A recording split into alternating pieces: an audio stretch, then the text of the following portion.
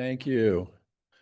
I'm Jack Snyder. I'm the interim director of the Harriman Institute, filling in for Valentina Izmailyeva, who is on a very well-deserved research leave for 1 year, but fear not, she will be back for another term starting next year.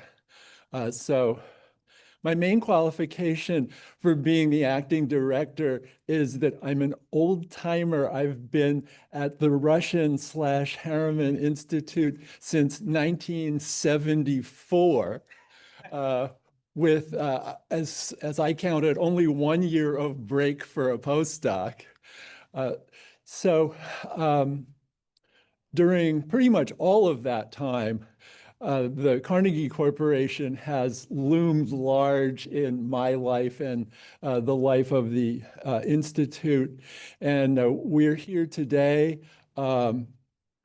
because of the support of the Harriman Institute for the past 9 years by a very generous grant from the Carnegie Corporation, which has helped the Institute to solidify its evolution of its style of area studies, a model that we've been developing since the end of the Cold War, which includes building on a very firm base of traditional area studies, multidisciplinary, looking at society from every angle, but increasingly reaching out to social science disciplines and increasing attention to the diversity of societies and political systems across Eurasia and beyond, comparing those social systems in a more broadly generalizing way. A couple of the projects that I was personally involved with under the Carnegie grant were on migration and media. And in the course of those projects, we brought in scholars on different regions. Yes, Eurasia was the core of our interest, but we brought people who were experts on migration from Central America to the United States. We brought in people who were studying social media worldwide and put our regional scholars on these topics into dialogue with these generalists and comparativists. Of course, we've been doing this sort of thing for longer than 9 years. A couple of days ago in the class that Elise Giuliano and I teach on legacies of empire, Tim Fry came and talked about his book on the weak straw man, where he made comparisons between Russia and Turkey, Russia and Venezuela. And I wanted to raise my hand about, well, what about like Russia and China, like the way we used to do it in the older area studies? I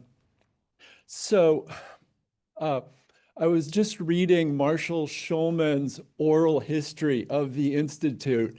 And in a number of places, he would say, you know, we have this distinctive multidisciplinary approach to area studies.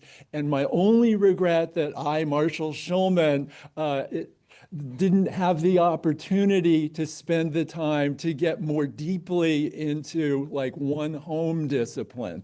And we definitely fixed that problem in my view. Everybody in this institute has their own anchoring discipline without giving up any of the diversity of the area studies model.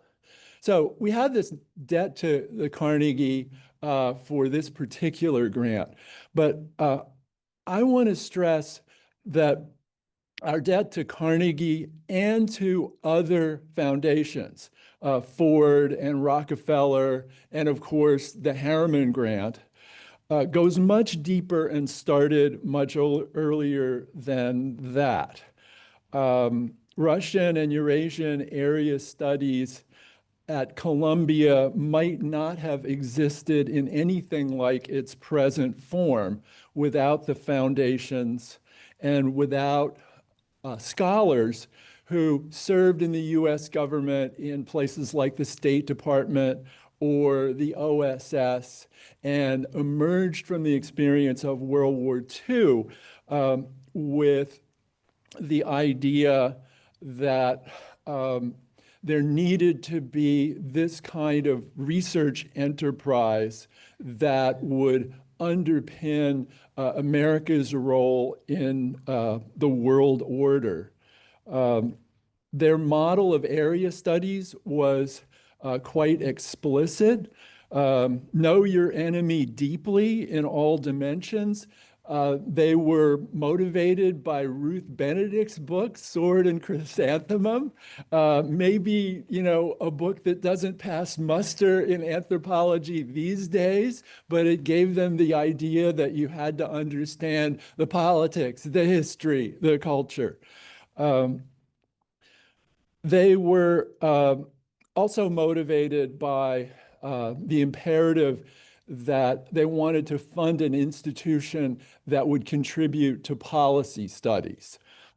And believe me, Columbia was not like the shining light of Russian area studies in the 1930s. There was more going on at Cornell, there was more going on at Berkeley, but there were entrepreneurs who were connected to the foundations that understood this model, Geroid Robinson, Phil Mosley, and the foundations and other parts of the internationalist elite backed that model and created the Russian Institute at Columbia. These people were progressives. Phil Mosley, John Hazard, who studied law in Moscow during the Great Purges, and all of his professors got purged. Marshall Schulman, they all had backgrounds in progressive politics. They hung out with Henry Wallace and went with him to the Soviet Union, and this got them into trouble with the McCarthyites. And their response to this was in part to stand up for true scholarly values, academic freedom, but their response was also to adapt to the possible and not poke the McCarthyite bear with a stick as a provocation. The foundations maintained their support for our institute and institutes like it during those rough times. And my point here is that what we are is bound up with our relationship to the Carnegie Corporation and other institutions like that. So I'm going to pass the baton to Alex Cooley, who really is the mastermind of the grant and a lot of the projects. So Alex, please. Thank you, Jack. I'm not sure I've ever been called a mastermind of anything. It's true that this project has been going on a long time, 9 years. A lot has happened. There are a lot of thank yous. I will try and be brief. The biggest thanks goes to Carnegie, especially to Deanna Arsenian, who really was the driver behind all the area studies grants that Carnegie put out. Also, Evgeny Sherbakov, Steve Del Rosso, Pat Nichols.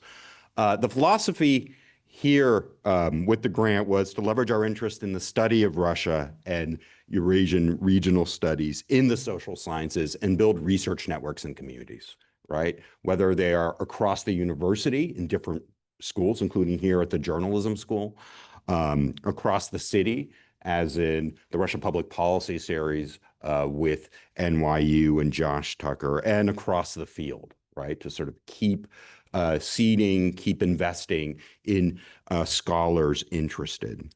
A big thank you to my colleagues and co-PIs on the grant, Tim Fry, Jack Snyder, Elise Giuliano, Kim Martin, Josh Tucker, Valentina Ismailova. We really had so much going on here. I'm not going to mention all the programs. That's not part of it. But I do want to mention the Russian politics postdocs, right? You have been such an integral part of what we have done. You have really provided fresh ideas, inspirational teaching, and also just created a core of our community. And so I'm really grateful. Yana Gorokovskaya, Anton Chirigov, thank you for being here. Looking forward to your presentations. Also Sunny Kim and Renata Mustafina, as well as friends of the Institute who seeded initiatives, including the Transnational Repression Initiative, as well as the Kleptocracy Initiative. Thank you, Matthew Murray. I want to say one substantive thing about area studies, and that is area studies seems to bear a disproportionate burden having to predict geopolitical events, right? The indictment on area studies always seems to fall after some catastrophic or cataclysmic geopolitical event happens, and we're told, like, why didn't you predict this, right? Your whole field is a dud. It was true of the collapse of the Soviet Union. It was true of Middle East studies and post 9/11. And it was also, in some ways, true about the field in terms of the reaction to Russia's invasion of Ukraine in February 22.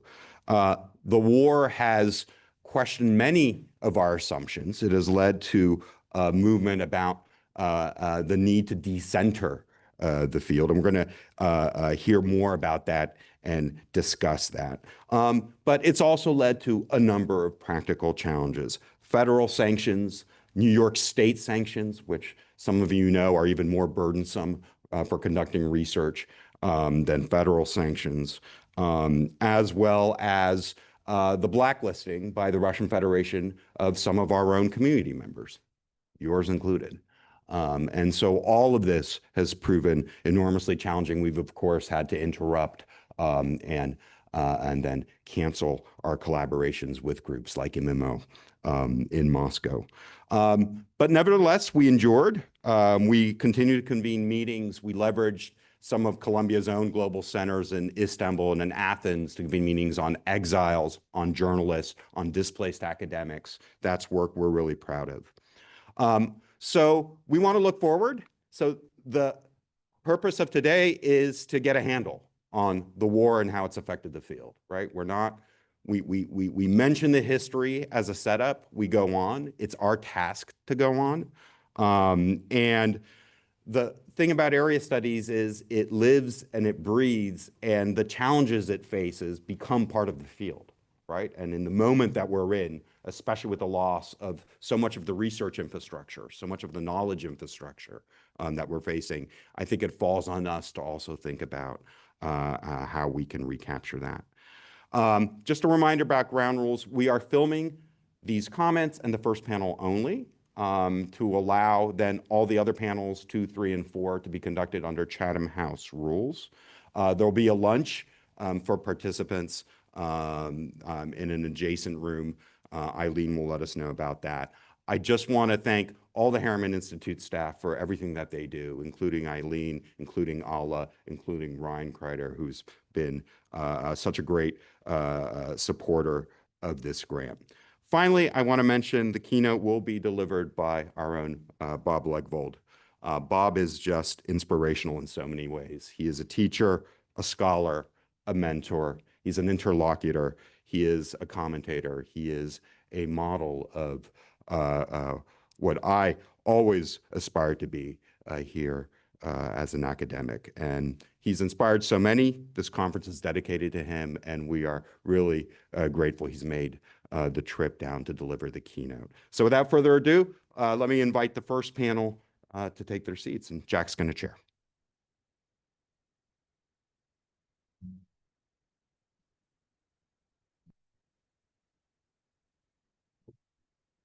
The subject of our first panel is geopolitics and Russian and Eurasian area studies. We have three terrific panelists for you, who I will introduce all three of them now. Our first speaker is going to be Michael Kimmage, a professor of history at Catholic University. He's played a leading role at the Kennan Institute and the Woodrow Wilson Center. He has a Harvard PhD, is an expert on foreign policies of our region. His recent blockbuster book is Collisions, War in Ukraine, and the Origins of New Global Instabilities. He's been an eyewitness to turbulence in our field, and he's been a commentator in foreign affairs and foreign policy. Our second speaker is Oxana Shevel, who's a professor of political science at Tufts University and the director of their international relations program. She's yet another Harvard PhD. She works on nation building and identity politics in Ukraine and Russia. Her book is Russia and Ukraine, Entangled Histories, Diverging States. And she is currently the vice president and president-elect of the Association for Slavic, East European, and Eurasian Studies. And in my history of the Institute research in recent days, I learned the story of how that organization got its convoluted title. John Hazard, who was one of our Institute faculty in the late 40s and who had to, like many of them, had to tiptoe around their association with the Soviet Union, convened a meeting and saying, we need a national association, but what can we call it? We can't call it anything Soviet. We can't even call it anything Russian. And they finally agreed, we'll just call it Slavic, which is completely innocuous. And so that's why we still call it Slavic, I guess.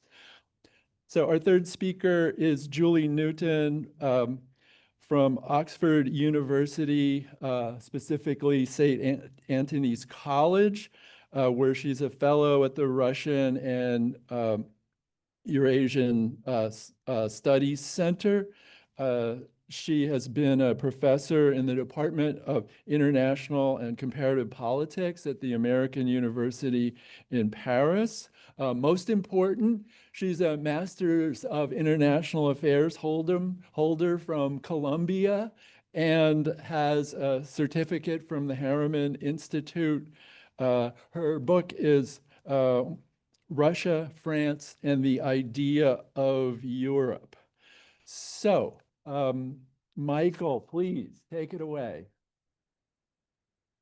Jack, thank you so much for the very kind introduction. Alex, everybody at the Harriman Institute, thank you for the invitation to participate in this conference, this morning's panel. And Jack, I'll just modify very slightly the introduction that you gave and say that I am currently the director of the independent Kennan Institute, no longer at the Wilson Center, but very much alive and kicking. So I'll do that bit of institutional promotion at the outset. So I want to address the topic of expertise broadly construed in relation to government decision-making and to make 3 points in doing so. I'll outline them briefly now. The first, that there never was a golden age. The second is that the present moment is manifestly not a golden age, easiest point of the three to make. Third, perennial piece of advice among people like us, that it's time to rethink. And I will offer one way of doing so in my third point and by way of conclusion. So why was it never a golden age?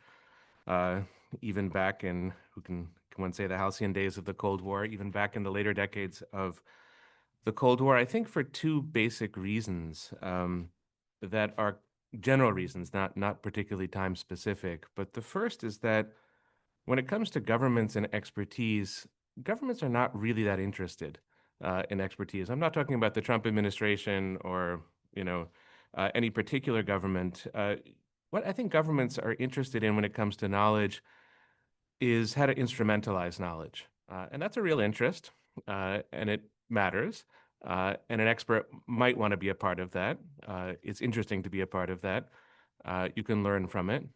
Perhaps you can introduce something of value into the processes of government decision making, but one has to do so, I think, with an acute awareness that no government at any point is disinterested, and no government cares about knowledge as such, or at least in my experience, it doesn't.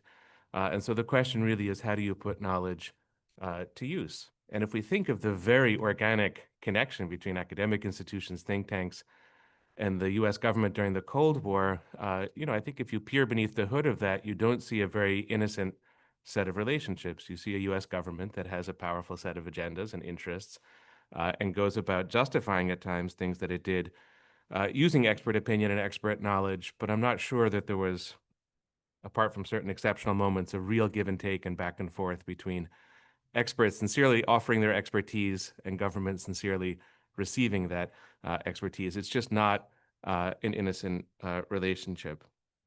Secondly, in terms of why there's never been a golden age, the experts themselves, again, broadly construed, whether think tank folks or, good journalists or academics, as has already been noted this morning, have a hard time peering into the future and have a very hard time getting things right. That's sort of in the nature of expertise, especially when speaking about the present moment or making projections about the future. And so thinking back of the most distinguished member of the field of, Russian studies, Soviet studies, Slavic studies, call it what you will, among the most distinguished members of the last 30, 40 years to serve in government, I think it's clearly Richard Pipes.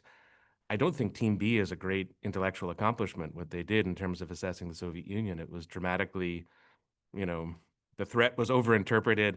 A lot of the analysis doesn't hold up. Beautifully written. Of course, I don't think Richard Pipes could do anything that wasn't beautifully written. But the intellectual integrity of that, I sort of wonder about that. And also his time at the NSC, which I haven't studied. I would love to see a study of it. I'm sure he offered things of value. I mean, the mind was so remarkable and agile and interesting. But I doubt that there's, a series of questions that he got right and was able to communicate to, the people who are working above him. I think experts, generate great debates and conversations, but truly usable wisdom that a government can act on, very, very rare, very uncommon, even with the most sterling intellects, or perhaps especially with the most sterling intellects, because they're the ones who are, going to go so deep that it's hard to know for a government how to make use of it. So I say this really maybe speaking a bit to myself this morning, not to romanticize and not to reach back for some golden age which never existed. I think a careful understanding of the present moment emerges from a very critical understanding of the past on this particular topic. So second point, easy to make. I'm not going to belabor it because it speaks for itself at the present moment, is that things are quite bad at the present moment. And here too, I will make 2 points as well. I mean, this is commonly said in Washington, and I think it's objectively true, that there are almost no channels now between the world of experts and the world of policymakers, which is actually a change and a shift. This is not the story, certainly, of the late Cold War, and it's not the story of Washington, D.C. up until about 8, 9 months ago, that there had been easily understandable channels in the State Department, the intelligence community, the National Security Council, where often, people like Fiona Hill, Celeste Wallander were bridges, by virtue of being on the inside, were bridges between the expert community and government processes of analysis, policymaking, et cetera. I'm not aware of, with maybe a very few minor incidental exceptions, any of that having gone on for the last 8, 9 months. I'm not aware of the Trump administration soliciting those kinds of views and opinions. In fact, we had the directive recently to the Pentagon to explicitly cease working with think tanks and not to involve outside experts in government conversations about what to do. And there is really not, I can't think of anyone at the moment in the IC, at the State Department, at the NSC, who would be a sort of interlocutor on these issues. So those of us, sitting in this room, we could come up with the most wonderful policy suggestions imaginable, and we would have nobody to speak to. It does seem to me, in the eyes of the Trump administration, that many experts are sort of guilty until proven innocent, and that's a very difficult place to begin if you are in the world of experts. It's not easy in the first place to get good policy ideas across, but you need a channel at the very least to do so, and that channel has been eviscerated over the last 8-9 months, and I don't think it's going to return until there's a new administration. I don't see why that would change, but maybe worth being careful making that kind of prediction. Sort of secondly, and I don't need to remind anybody on this campus or any American campus at the moment, or institution that's intellectual institution, place of public conversation and discourse, that intellectual freedom at the moment is not to be guaranteed. It's not to be taken for granted. We see how much power the federal government has when it comes to licenses and funding and all of those things. We don't know where that's going to go, but there's a lot to be thoughtful about at the present moment. And so the challenge of experts may be not finding an interlocutor in the government. That's almost an ideal scenario problem. The challenge may be getting points across, being able to do one's work, having a kind of unfiltered access to the public sphere. And that's, clearly either here already, that moment, or it's on the horizon. And that definitely was not the problem during the Cold War, McCarthyism accepted, and was not the problem of the post-Cold War period, but that's in effect where we are. So that takes me to the third point, which is not a particularly gloomy or cautionary one. It's meant to be a little bit more on the optimistic side, and sort of the what is to be done question in terms of expertise and the wider world. If we're not just going to speak to ourselves, in a sense, the question is, who should we be speaking to? And if there aren't people jumping up in the Pentagon and in the U.S. government, eager to listen, what is the audience outside of college campuses and academia? And here I would go back to another figure, not Richard Pipes, but George Kennan, patron saint of the Kennan Institute, and think a bit about his career. He was always very disappointed by the trajectory of his advice. He felt that containment was misunderstood.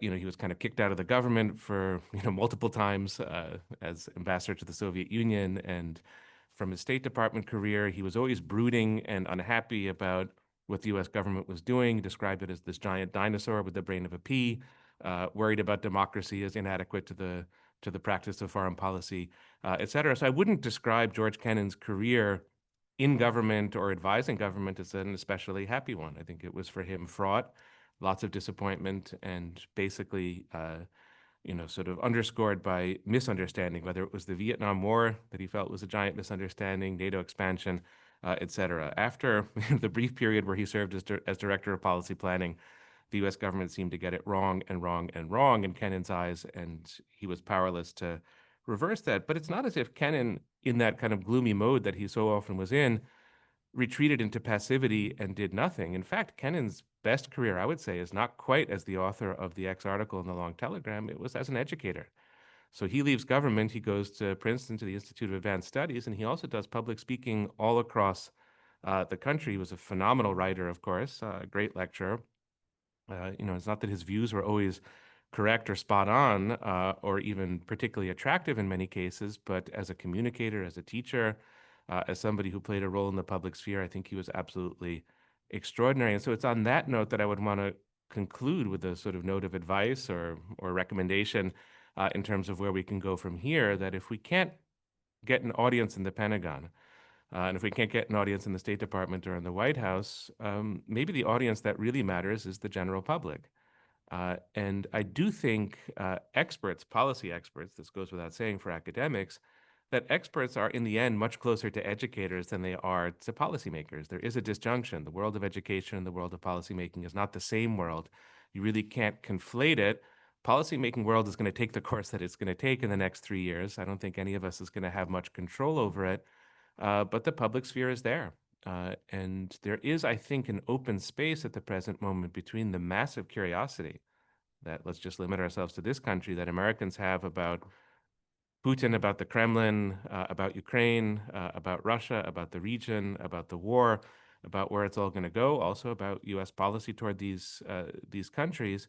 There's a huge amount of curiosity. I think it's often being fed by very low quality material on social media. And so there is that open space between what experts can offer and what the public can take in. And so I would just conclude on that note. It's sort of wide open. There's a lot that can be accomplished. There's a felt need for expertise to play that role. And I would say, without wishing to be too critical, that probably the world of us experts is underperforming in that respect. We're not doing as much as we could to get the word out there, to sponsor those public conversations, and to bring expertise robustly and intelligently into the public sphere. So with those words, I, hopefully, inspirational words draw to a close. Thank you, Michael. Next, Oxana Shevel. Thank you very much. Thank you for the introduction and for inviting me to take part in this panel. I was asked to comment kind of more broadly on the impact of the war on regional studies, on some of the core assumptions that we hold and are maybe now rethinking, and on the research agendas and where the field may be going forward. So my comments are going to be more focused on the academic end of things, although maybe towards the end I have one piece of suggestion for the policymaking community as well.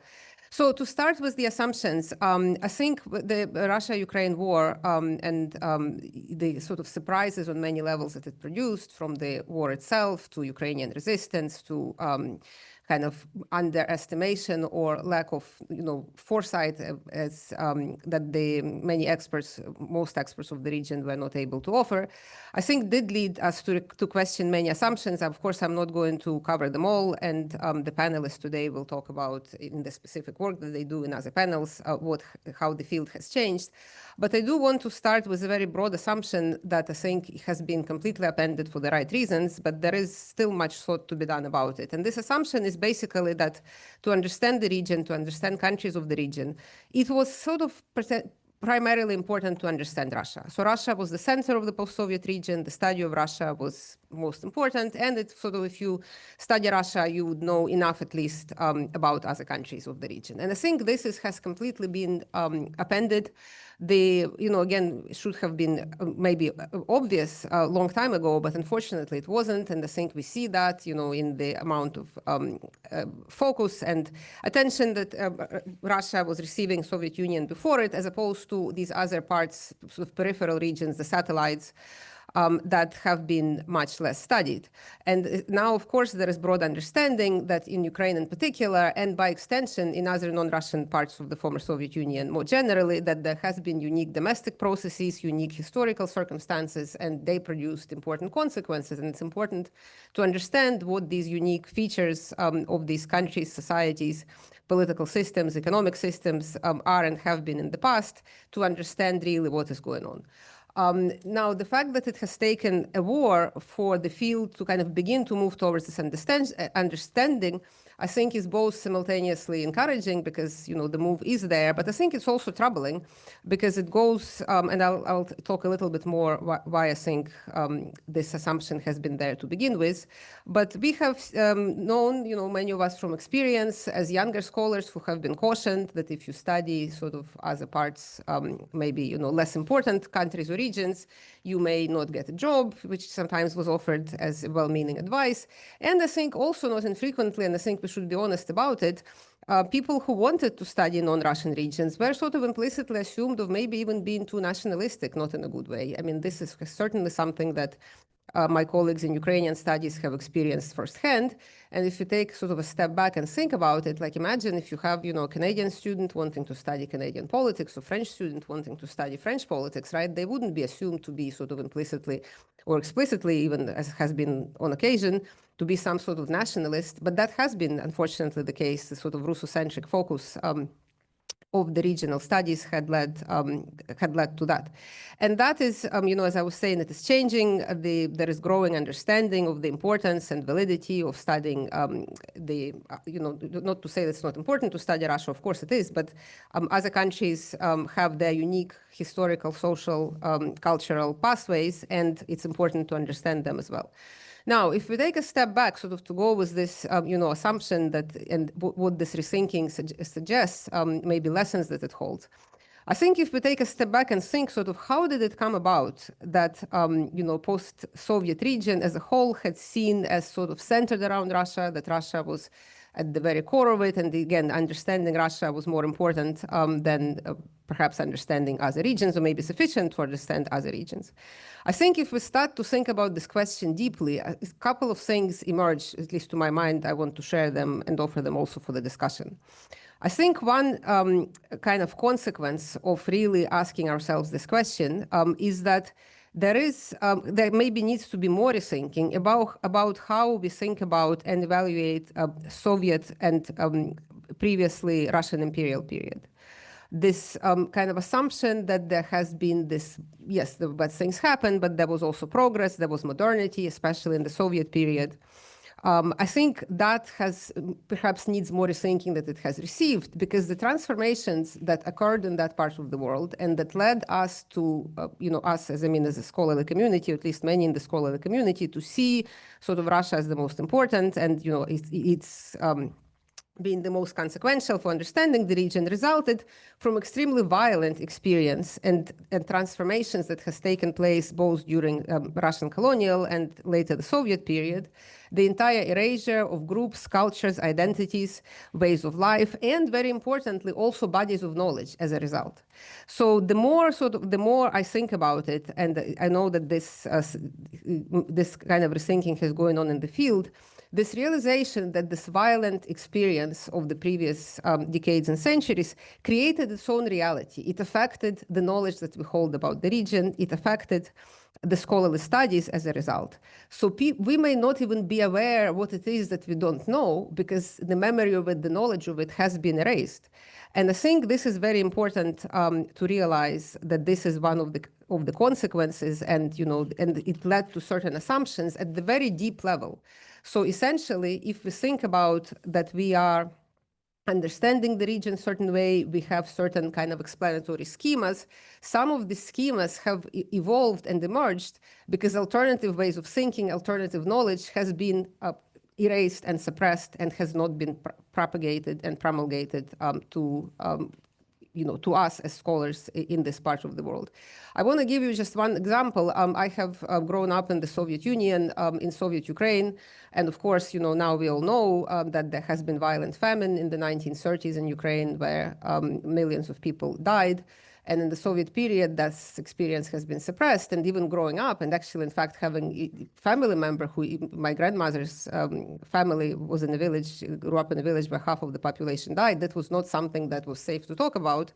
And the first time I was exposed to the knowledge about this tragedy was when I was an exchange student in the UK, for that matter, in the very early 90s. And one of the members of my student group, whose family was also experienced violent famine, actually wanted to talk about it, but we didn't even have sort of the vocabulary and the knowledge and kind of some analytical way to engage. So he kept repeating how his grandmother was eaten in 1933. And people were sort of simultaneously embarrassed, kind of weirded out by it. And of course, the teacher wanted him to just be quiet. But now, kind of with the foresight of an academic and knowing about this period and how historians study it, it sort of makes me realize that sometimes this suppressed knowledge can come to us in ways that we as scholars may be inclined to dismiss, or sort of think that this is somehow like a weird way to bringing up. It's something that's irrelevant, because it really contradicts what we know, what we think about, and how we understand a certain field. So with this anecdote, I wanted to kind of go back to this broader set of the assumption, and now I'm going to move to implications from this assumption. If it is indeed the case, if we are seriously going to acknowledge that there has been, we may need to not just sort of pick a few new pieces or new areas to look at, or something that we haven't studied before, but our whole fundamental way of understanding the region, understanding like the knowledge schemas that we have, certain assumptions, both about contemporary and historical, that we may need to be more critical about those. I think several lessons emerged from this, and I wanted to just mention a few. One, I think, would be, again, going with the assumptions that certain maybe even normative priors that we have in the study of certain social scientific concepts, we may be a little bit more critical about that. In my own work, for example, I've been grappling lately with how to think about nationalism and this distinction between kind of bad ethnic and good civic nationalism. And the scheme has been criticized for quite some decades because, again, when it was first proposed, the bad ethnic nationalism was a feature of Eastern Europe, and the good civic one was supposedly a feature of Western Europe. Of course, it has been all questioned about to what extent West European nationalism has been civic, and so forth. But I think in the post-Soviet region, again, for example, push against, say, Russification of the Soviet period in the non-Russian regions of the former Soviet Union has been presented implicitly and explicitly as some form of ethnic nationalism and therefore something bad. Now, another way to look at it would be, again, not to say that we have to agree with every policy that has been done to undo Russification in different countries, but it is more of an emancipatory framework of, say, decolonial nationalism as opposed to ethnic, bad, and so forth. And by the same token, what is opposing ethnic nationalism and actually wanting to preserve Soviet-era status quo, including dominance of Russian language, is not some sort of civic, more desirable nationalism, but a new form of colonial nationalism. Again, I think all of these things we can take critically. That is not to say that, again, every policy that politicians who stand in favor of these policies are necessarily doing the good or the bad thing, but I think questioning certain normative implications of the social scientific concepts that we have is very important. Now, just a couple more things I wanted to mention before wrapping up my remarks.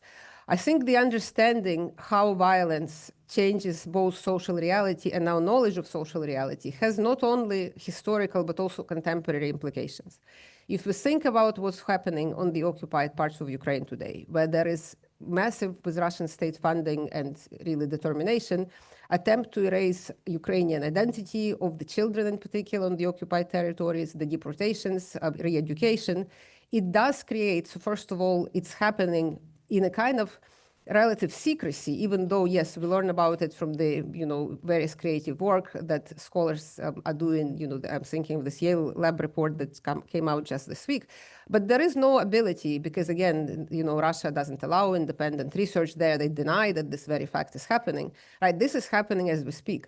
So if we think about sort of far field down the line, maybe in 15, 20 years, if, say, these territories remain under Russian control, or maybe even sooner, there could be substantial change in social identities, political identities, national, cultural, and so forth. And that would be the new reality, right? And then, next generation of scholars can come and kind of, if without the awareness how this reality came about, could be looking at it in a quite different way, both, in the short and the long term. So I think, again, this questioning how do we know what we know? I now do that a lot more than I did before.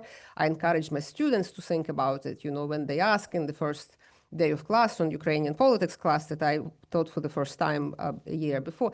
But when Russia, Ukraine, and always together, where do you, these knowledge schemes have long half-life, right? And they come, again, from the way that knowledge was disseminated by more powerful actors, and that produced fundamental consequences both in the scholarly community, but also for the general public. And if we're now rethinking it, I think it is our duty in the way as educators to ask the students to question the assumptions that they hold. And maybe this is one recommendation I have for policymakers and policy advisors, that they also, I think, would do themselves well, and the field and the advice that they give, to kind of question how they know what they know, and maybe what it is they don't know for these kinds of reasons that I've been talking about. Now, to conclude, I just wanted to suggest a few things, or just think through, as far as us in academia, what are we doing, and what can we maybe do better or put more emphasis in. I was thinking that sort of academics, we're in a bit of a paradox almost, that on the one hand, we have still, the academic environment is changing as we speak, but we have had quite a lot of power as far as the content of the classes that we teach, right? This intellectual freedom, when we can really choose, the reading material, the emphasis, and so forth, I think it's really a big source of power. And now with the new research coming up, scholars studying, both Russia from different angles and various non-Russian countries, Ukraine, but not only, I think we can really, without sort of waiting for bigger change institutionally, structurally, financially, and so forth, really make changes to how we disseminate knowledge, what knowledge we prioritize, what assumptions we question with our students in our classes. So but the paradox is twofold, that to make this change more institutional, that it extends beyond just the class, that we individually teach, it's actually not that easy given, all this university bureaucracy and so forth. And I think this is, again, something that we as scholars and funders, if that's, because some of the things involve, of course, funding, to try to rethink what can we change. It could be smaller things as changing the labeling on certain, say, culture concentrations, right? It is not just Russian culture. We had, at my university, it took us 2 years to change the designation of the label to Russian and East European culture. A course on Ukraine was taught by a refugee scholar from Ukraine. And the students wanted to count it for their distribution requirements, but the only requirement it fit on was Russian culture. And that, of course, made no sense. But I mean, this is exactly the kind of thing that the war has made, many of us to realize. So I would urge all of us, at the places where we teach, to think about what changes could be made. Like there are some now minors being offered in something other than Russian studies, right? Like, I mean, to maybe make a major or to make additional tenure track lines. Again, it takes time. But given that we do have substantial power to some extent in this sort of paradox of having and not having power, I think things along those lines, it's worth thinking about and worth trying to change. I had a few other thoughts, but I think I'm going to, actually, maybe let me just mention one more. Also kind of as a recommendation to us as an academic community, and I think the field has begun to do this, is to engage in dialogue with scholars of the regions that maybe before there was not enough kind of cross-pollination of ideas and thinking and learning from each other. And I'm specifically here thinking of the field of post-colonial studies. And here, I think the engagement should be twofold, because on the one hand, the post-colonial scholarship has a lot to offer to the post-Soviet, or post-communist area studies. Again, if there is the realization that in some ways Soviet and Russian experience were a form of colonialism, very different, admittedly, was not identical, but still, right? And then some of the conversations in the field of post-colonial studies, their assumptions, maybe their methodologies could be helpful for us.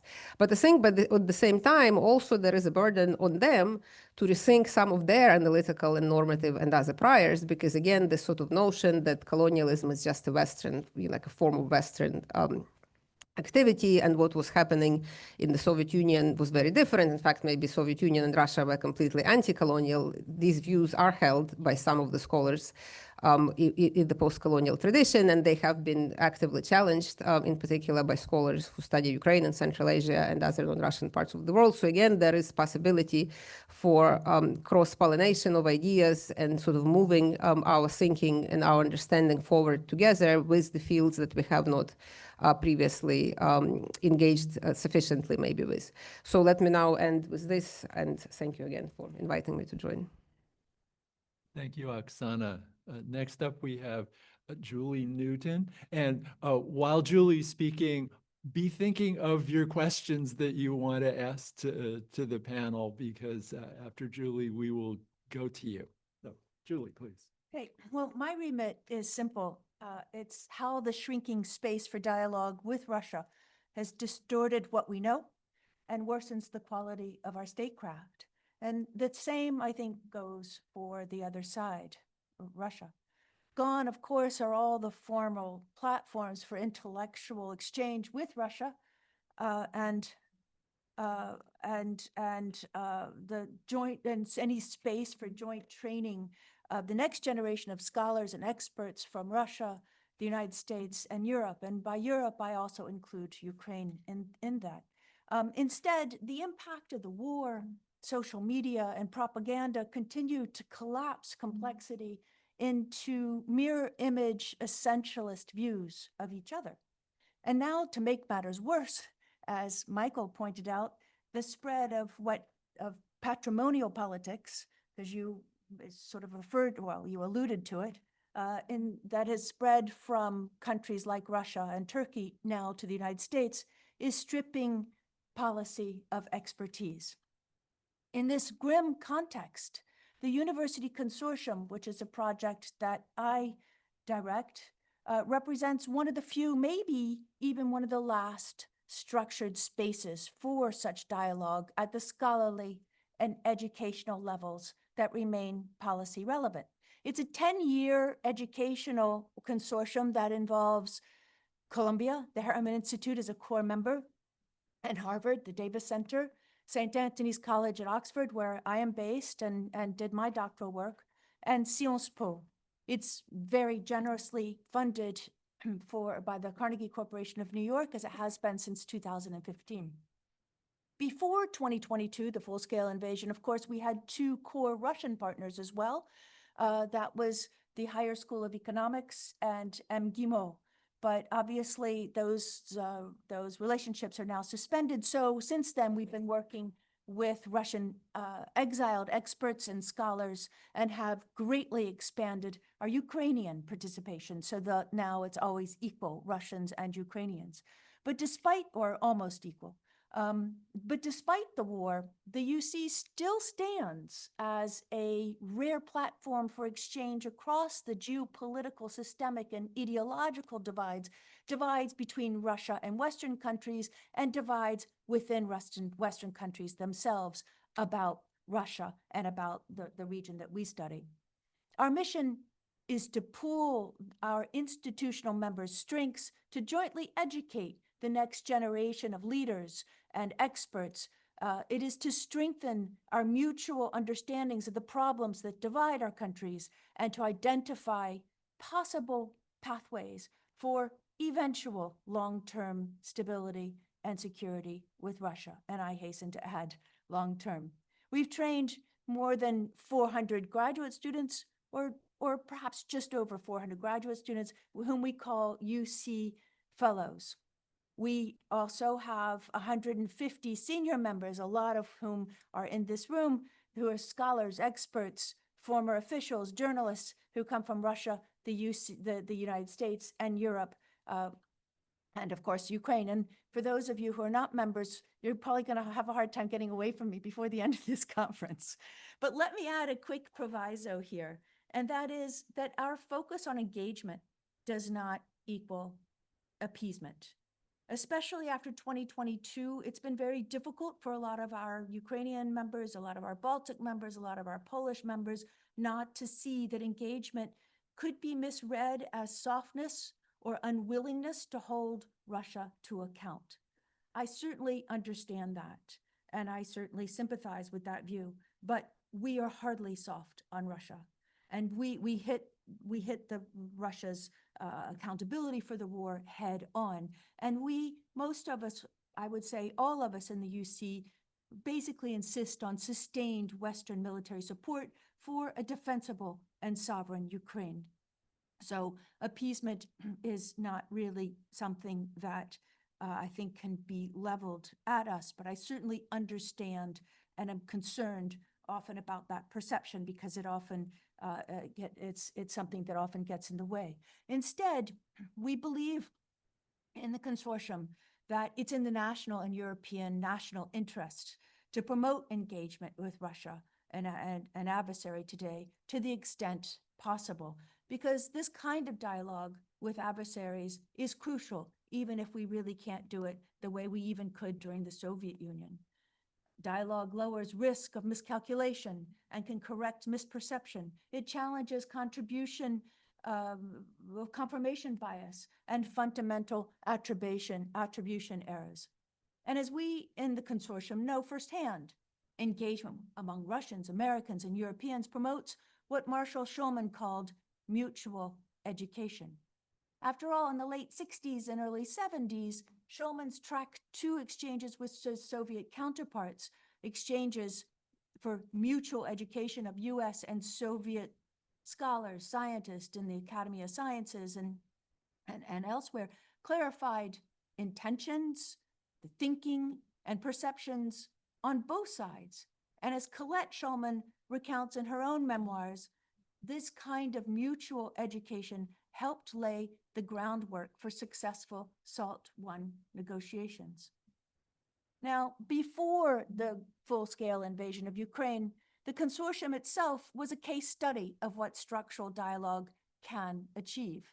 Across our intensive week-long modules, we brought Russians, Americans, Europeans, even, of course, sometimes Georgians, but always Ukrainians, and we worked through the evidence together in big seminars, and arrived at more complex eclectic accounts of the drivers of this confrontation.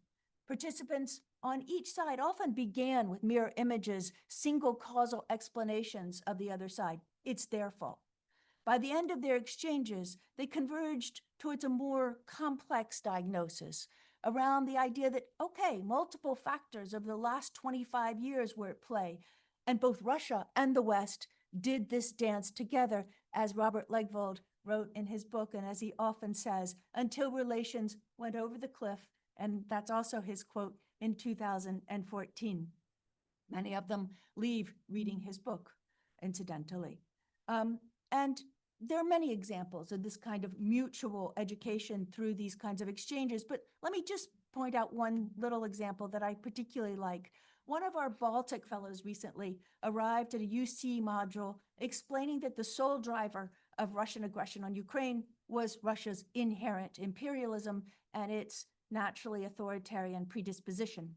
His Russian peer, who is now exiled, who had been trained at MGIMO, steeped like many Russians in the work of realism and John Mearsheimer, whose textbooks are often used even today at MGIMO, I understand. He still insisted that no, it wasn't about that. It was about NATO and the EU's fault. By the end of this week, the Russian acknowledged the Baltic threat perceptions as actually understandable and real and not simply instrumental or Russophobic. While the Baltic peer also began to acknowledge, even if he wasn't sure he agreed, and we later exchanged many emails about this, that Russian security concerns, its sense of grievance and encirclement, and again, the lack of inclusion in Western security and economic institutions over time, that these grievances were not, in fact, instrumental, that Russia perhaps really did feel them sincerely. The Baltic fellow, I hasten to add, is now in his country's Ministry of Foreign Affairs.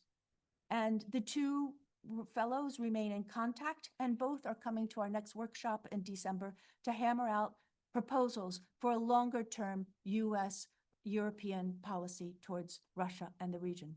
This story reminds me of the Polish-Russia group on difficult matters that was founded in 2002 that made great strides towards reconciliation and produced an honest, cathartic, very heavy book. I don't know if you guys have seen it, called Black Spots, White Spots. It's about that thick. And those exchanges, of course, got derailed with the plane crash in 2010 in Smolensk. But the exchanges in the book show what could have been achieved had events not lessened their chances. In times of geopolitical conflict and war, of course, it's understandable that analysts on all sides of the divide slide into dogmatic epistemologies. I mean, deductive methods often become default approach in times of war, as Alex Pravda was discussing the other day, as he said, look, realist theory preaches that it's all the West's fault. That's an easy thing to come to. Inductive approaches, though, can also overreach if historical patterns or other strands of evidence are mistaken for laws to suggest that aggression was inevitable. Bob Jervis stresses the risk of falling into semi-automatic intellectual frameworks that blind us to the role of multiple interactive drivers such as contingency, emotion, perception, misperception, security dilemmas, social historical dynamics, and so on. And then you have social media and propaganda today that entrenches these semi-automatic frameworks in the public space that Michael was talking about still more. In America, I find the statistic extraordinary. 39% of the youth under 30 get their news via TikTok. And those are mostly news influencers and not the New York Times, where their Pulitzer Prizes are won. In Russia, too, young people also get much of their news about the war from TikTok and other state-run social media. Inal, who's also one of our exiled Russians, who goes back and forth to Russia today very carefully, very difficult because he's part of the UC and very worried about what's going to happen to his parents, et cetera. But he said to me the other day that they call this war the TikTok war, because that is the way his generation views the war. And that, of course, amplifies the emotion. It skews the context and generates enemy images that bolster Russian support for the war among the youth. To make matters worse, of course, is the kind of patrimonial wave that has spread from Russia, Turkey, and others to the United States and other countries in Europe, as it's and that has eroded the quality of policymaking, as Michael pointed out. But this is on both sides, and of course now we have swapped independent expertise for leader loyalist. And there are, as a result, fewer and fewer channels between the experts and policymakers today. Now, in such conditions, the US and Russia strategies towards the other deteriorate, and mainstream images of the other become even more polarized and essentialized. So what's the toolkit against essentialism in academia? We need more pluralist methods, the way Jack started talking about, and the way he was talking about earlier, but actually you started talking about in 1984 with your article a long time ago, and more fox-like thinking. You might recall Isaiah Berlin's quote, his reference to the hedgehog and the fox. And as he wrote, there exists a great chasm between those like a hedgehog who relate everything to one central vision and those like a fox who pursue many ends. And then the political psychologist Philip Tetlock added to this, and he said, in complex matters like Russia, foxes tend to outperform aggressive hedgehogs. This means we need more of what Jack said in 1984. We need still more richness of area studies, more rigor of the disciplinary lenses, and more relevance to policy. We need more regional lens too. And I think Oxana put it very beautifully when you said that we need to uncover erased or suppressed knowledge about the region, and particularly about countries like Ukraine. We need to question those assumptions and rethink the concepts about the region. Oxana, I think that's a very appropriate thing for the UC, and we do that a lot by bringing in Ukrainian scholars like you to help us, and many others to help us do that together with our Russians who are there, as many as we can collect, and with our Americans and Europeans. But at the same time, I also think that we mustn't decenter Russian studies too much, so much that it's to our own detriment to understand the country. I mean, in our intense focus on positivist political science over the last decades, we actually have reduced, as we all know, our big picture understanding of Russia. Scholars like Tamila Lankana or Alexander Liebman have urged remedies of more lenses from overlooked disciplines like anthropology, sociology, and history, and more comparative work of the type that Tim does. Scholars are of course doing all this, but the point is that this is a time to rethink, as both my colleagues have just said, the field, and add more and to find the resources and I suppose the time to try and do it all, because that's where we are. Educational exchanges, just to close here, with an academic dialogue with Russia is a critical part of this intellectual toolkit, and the UC is very much a part of that. But we can still do things while we're waiting for Russia to reopen again, which is probably beyond my lifetime, is the way it feels. I mean, but for the moment, what we're doing is creating non-echo chamber formats with balanced Russian, Ukrainian, East Central European, American, European, and perspectives from the global South too. We bring Russian exiles, Ukrainians, to discuss the kinds of topics and rethink the types of concepts that you brought up. We also have evidence-based seminars that are concerned with big questions, not the smaller ones. What are the sources and causes of this war? We address it head on in very intensive conversations that spill over into dinner and into the drinks afterwards. Is democratic reform in Russia always doomed? What are the consequences of this war? Not just what's at stake for this next generation, not just what is the nature of the challenge that Russia poses, or how do we see the current moment? No, we ask those bigger questions about consequences and stakes.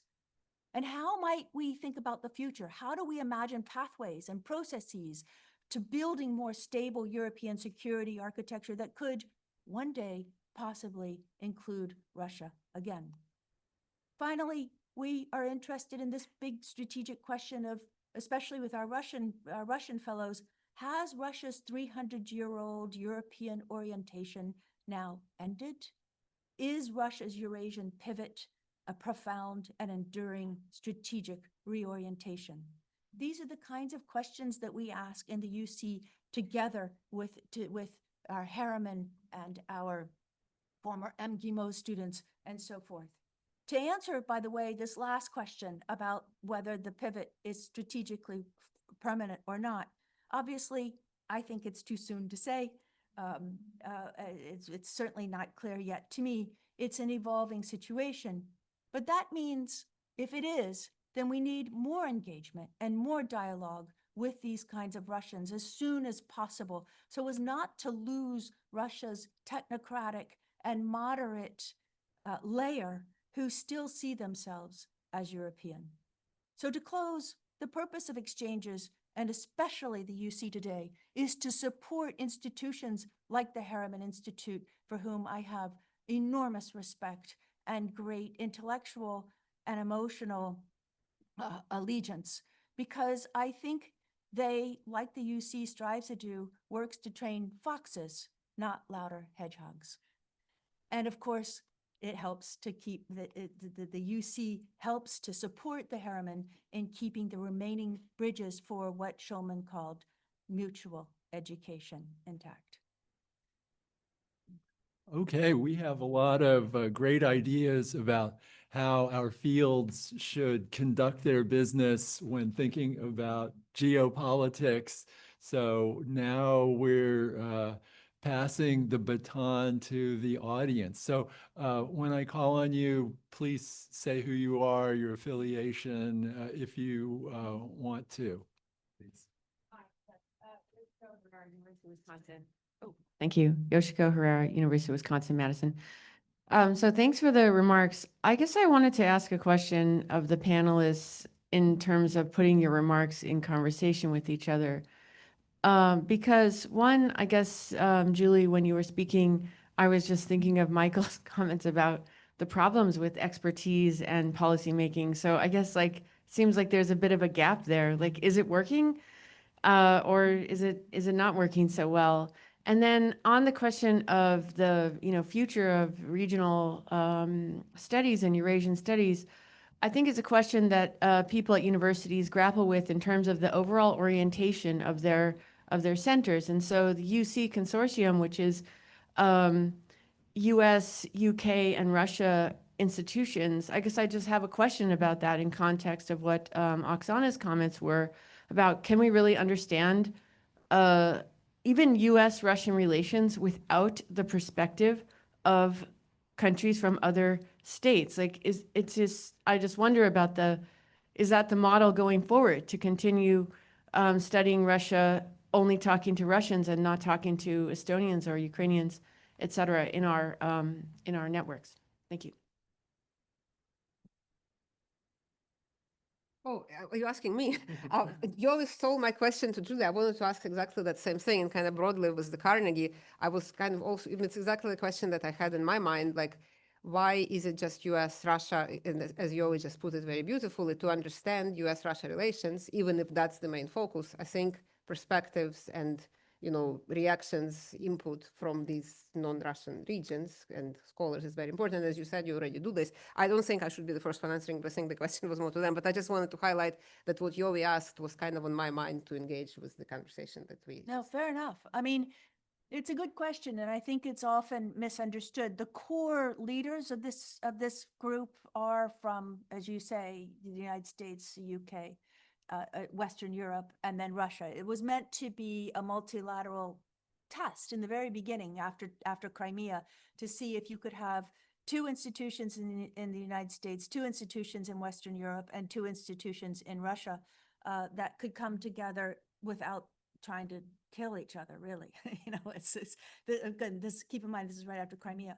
And as we got braver, we began to involve more Ukrainians and a lot more Baltics and a lot more Poles. And it was very interesting sets of discussions also with Carnegie, because they felt like they didn't want these just to be shouting matches. And as we got braver and more experienced in bringing people together, and sometimes we have psychologists and mediators and that kind of thing, it became easier to do. And we began deliberately to bring in people from the kinds of regions that you mentioned. Just because the core institutions now, since the Russians have been suspended, remain European and American, we still recruit students deliberately from all these other universities. We have universities, and it's very competitive to get in. So you'll have Baltic students, you'll have Finnish students, we have a lot of Poles. We always make sure there's regional diversity and representativeness. That is absolutely critical for the exact reason that you both mentioned. Because otherwise it doesn't make any sense. The other thing that doesn't make sense is that we don't bring in people from from these other countries, from China, from India. So we've begun to try and do that. It's hard because it's financial restrictions, but also certainly at our conferences, we make sure that we try to bring in those more regional, international perspectives. We have a lot of, oftentimes, some country from Africa will be usually the bigger ones, or from India and from China. And now we'll maybe have Brazil in there as well. But it's absolutely unthinkable at this point that we would have a module or a conference without strong Ukrainian, strong Baltic, and strong Polish. And the person who works with me is the main person who supports us. We used to have a Lithuanian and a Czech. The Lithuanian is now working in the US government, in the Senate, but the Czech is the right-hand person, and she's gone from being absolutely no wanting to talk about Russia to now promoting engagement as just a matter of pragmatic national interest.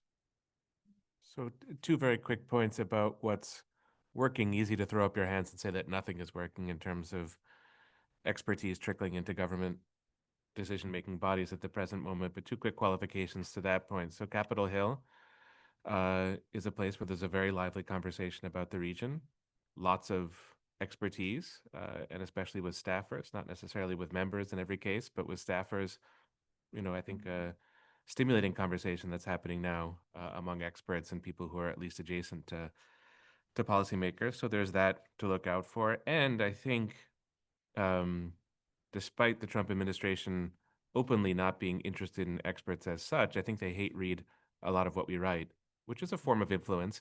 And, maybe it's because they're thin-skinned and want to see about their reputation, or maybe because there's a kind of sneaking curiosity about what people outside of government are saying about these issues. But that is, an avenue, a channel of influence if you can somehow get the attention of the White House on publications. But that's, not the same as being in the halls of power, but it's worth contemplating. Yes, please.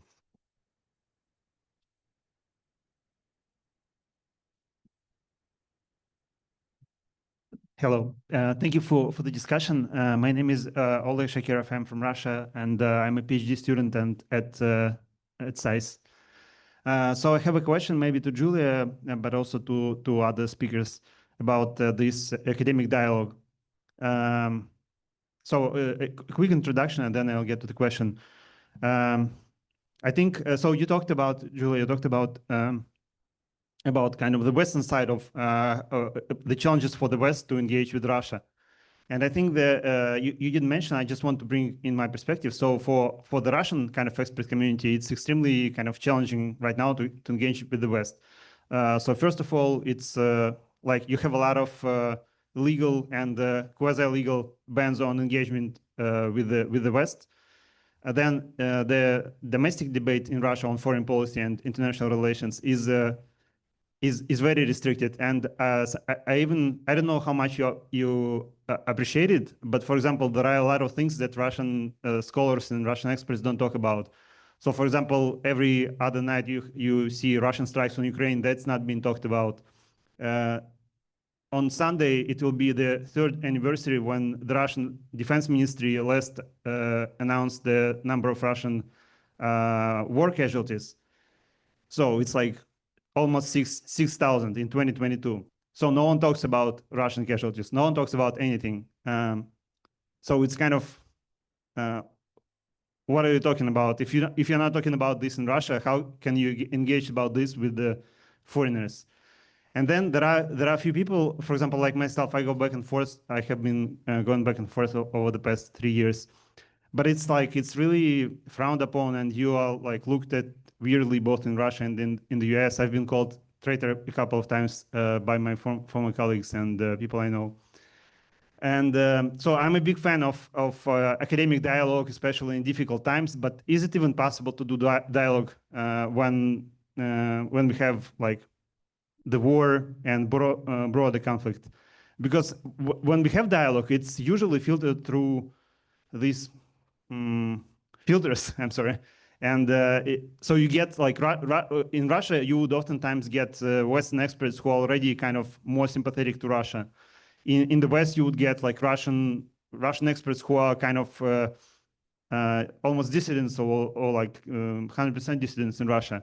And it's not really a dialogue. It's just people who are already part of this kind of epistemic community. You can talk to them and you can kind of pretend that you're talking to the other side, but actually you're not. So I don't know if it's clear. So is the dialogue possible? The biggest challenge for us that we all are aware of in running this program, it's become a very different program since 2022 for the reasons that you rightly bring up. We're exceedingly aware of the dangers and what our Russian members and just what Russians who would want to be involved with this, what they experience and what they feel. A lot of our exiles we've got about, I don't know, 10, 12 Russian exiles who were fellows who left after 2022, perhaps more. It's more like 15, who still go back and forth, and they really find it challenging to come to our modules because of the fact that we deal with geopolitical problems. It's not like we're business or we're talking about nuclear fusion or something like that. So as a result, a lot of them say, I can't come. Right? I mean, I need to go and see my mother. I need to have a relationship with my family still. I can't come. We had one whose grandmother was threatened after she came back. So we're very, very careful. Everything is Chatham House rule. There's absolutely no publicity. If you look at our website, it's a disaster right now, but this is for a reason. Because we don't publicize, there's no social media about it, there's nothing. It's all very, very closed in order to, we also don't mix Russians who are inside Russia today with our exile community. We have a lot of foreign agents who are members of our group, former journalists, those kinds of things, who are very brave and come and help us and speak with us. And as a result, we don't want to bring, even on Zoom, which there's some desire for this among a lot of our Western members to say, why can't you bring in the Russians on Zoom?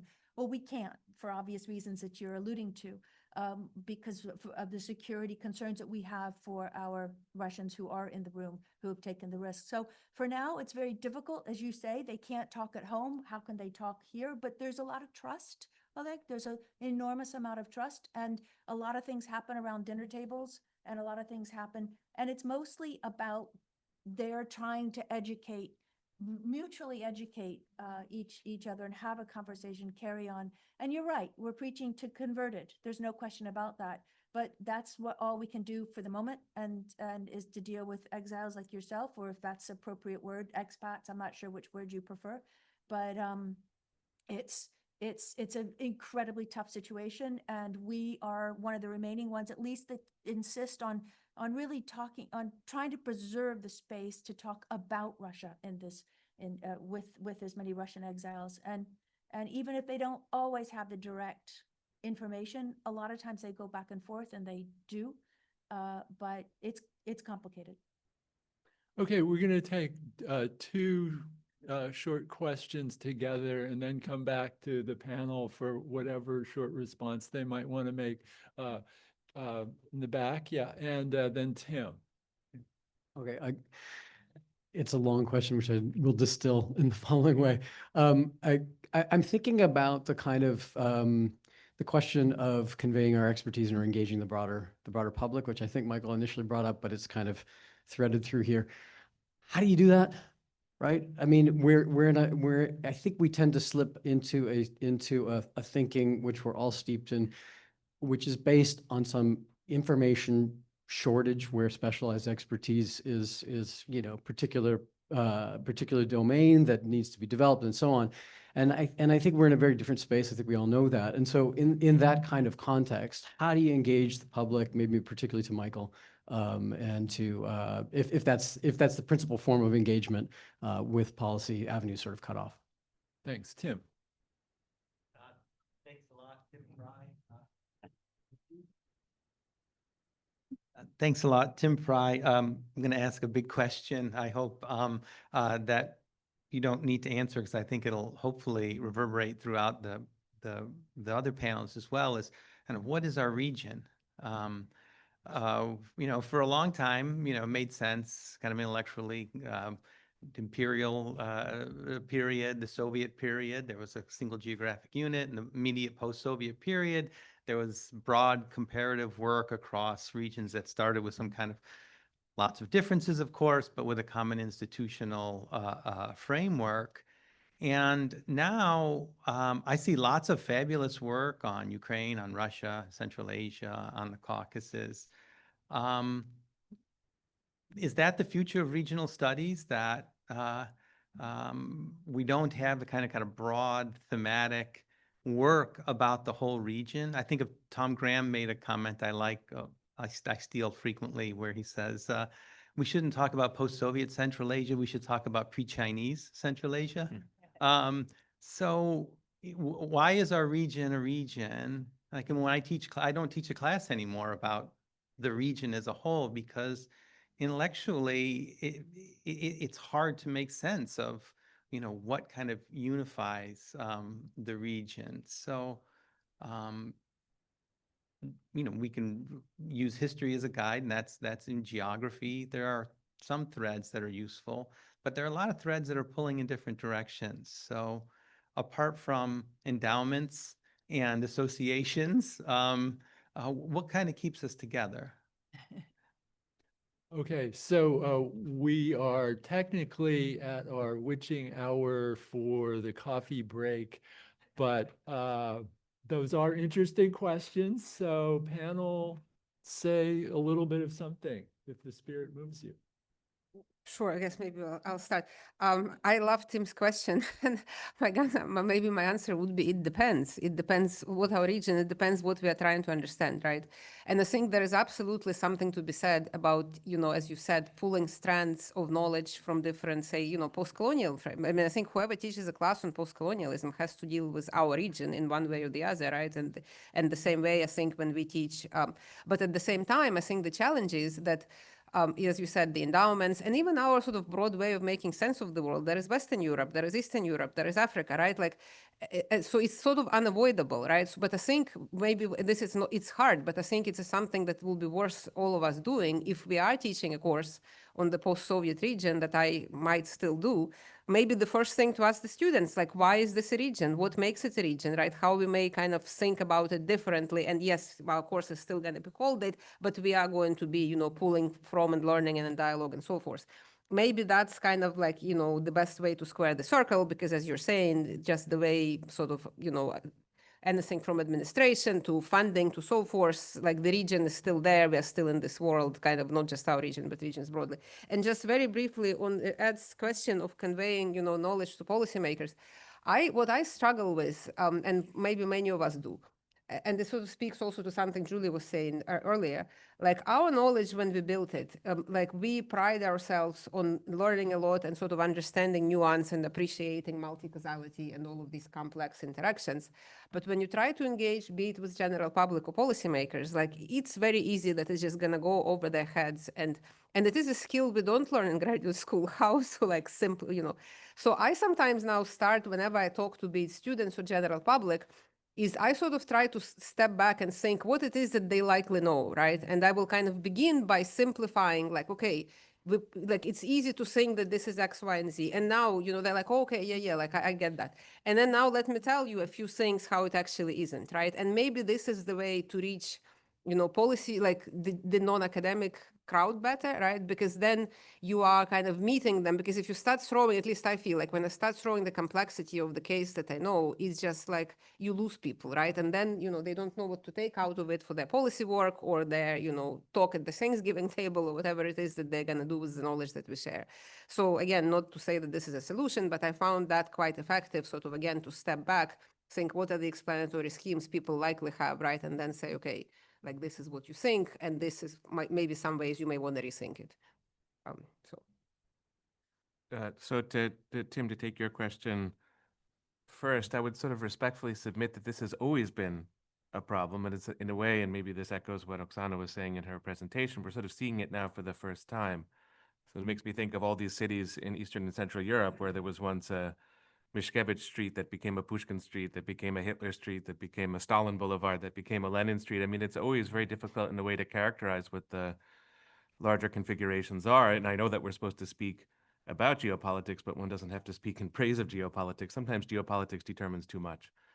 And those units are as deceptive as they are illuminating Russian Empire, Soviet Union, et cetera. So I'm kind of happy that there's this confusion at the present moment. I think it takes us to a more accurate view of this impossible to define region. And Ed, to go to your question, I think I recall you were asking about how to communicate to the public. Would again echo what Oxana says about the need to translate. I think that's the first step, that any academic work that's going to go into the public domain has to be translated. And sometimes it is taking a bit of that multi-causality and nuance out. Sometimes it's just manner of expression. The kind of way that one learns to write in graduate school has to be unlearned to address the public. And that's an act. It's like a physical act. You have to change the kind of writer and thinker you are. It doesn't make you worse, but it does make you different, but it's essential. There's no way of doing it without an active translation, because academic discourse is, almost by definition, not public discourse, and vice versa. And then secondly, and I have optimism here about younger cohorts of scholars, that a true understanding of social media is probably integral, because our public sphere is less and less a physical public sphere, regrettably in many ways, and more a virtual public sphere. And would just make one quick point in that regard. Thinking of your colleague, Timothy Snyder, who's, so masterful in his use of social media, I see him having two roles, that he has the advocate role and he has the educator role. So there's the advocate role is in a way the more familiar one, but then you think of his lectures on Ukraine that have been viewed by millions upon millions of viewers. That's a very successful marriage of academic thinking and the public sphere via social media, in part because it's free, right? You don't have to pay Yale tuition to get those courses, or University of Toronto tuition at the moment. And I think the degree to which we can all become educators on social media, which is not an easy thing to be, but the potential is there. And I would imagine that if we can do it well, that the payoffs would be really considerable. I'd add one quick thing to this. It's so interesting. It was one of the big questions. Your question is what is our region? It was one of the big questions that we deal with in our modules, and we posed that recently to our students. And in fact, it was a Harriman student who brought this up. What is post-Soviet space? We can't even talk about post-Soviet space. So what do we call this now? And it was very interesting, precisely to have the members of Ukraine and the Balts, and I think we had a Georgian in the room at the time as well, and said, well, we don't know what to call ourselves, but except for by our names, Ukrainians and Balts. So it was quite interesting, because exactly Michael's point, there was a big complaint that post-Soviet still felt so geopolitical, and how do we get past that? It's, it still has the focus on Russia. So how do we get past that? And the consensus in the room, I thought, was very interesting. It's, we will call ourselves by our just smaller regional, sub-regional names. Central Asia, they were comfortable with that. The Caucasus, comfortable with that. Ukraine stands alone. Belarus stands alone. But Eurasia, no, that's also felt very geopolitical. Stay away from that one. So when you talk about the space, it's got to be like an entire 2 sentences long, I think, at this point. But that's just I think the consensus that it was more geographical rather than geopolitical was until we come up with some other, maybe pre-Chinese. I think that's very funny. I hope not. But anyway, Tom Graham also said something else that I wanted to add about the public space. When we first started out, the idea was to have either MOOC courses, those massive online courses that nobody really talks about anymore, or to travel through different state universities in the United States with this kind of academic forum to try to bridge that gap between social media or the cardboard stereotypes and mainstream understanding of Russia. And one of the ideas that I think is very interesting to get away from the advocacy part a little bit, because as much as I respect Tim Snyder, there's so much advocacy. It's a different point. But to educate with one topic with different disciplines around the table addressing the exact same topic. And that was one idea of going around with this kind of approach on a much more of almost like a dog and pony show, as opposed to Taylor Swift. I'm not sure it's going to be very popular, but anyway, that was Tom's idea of going to different campuses. I recommend just calling it the Harriman region. So the agenda does not actually say that this is a coffee break. It just calls it a break. There's water on the table. In that room back there, there was some coffee, probably still some in there with some pastries. So that's your best option. But we're going to try to start at 1/4 till the hour.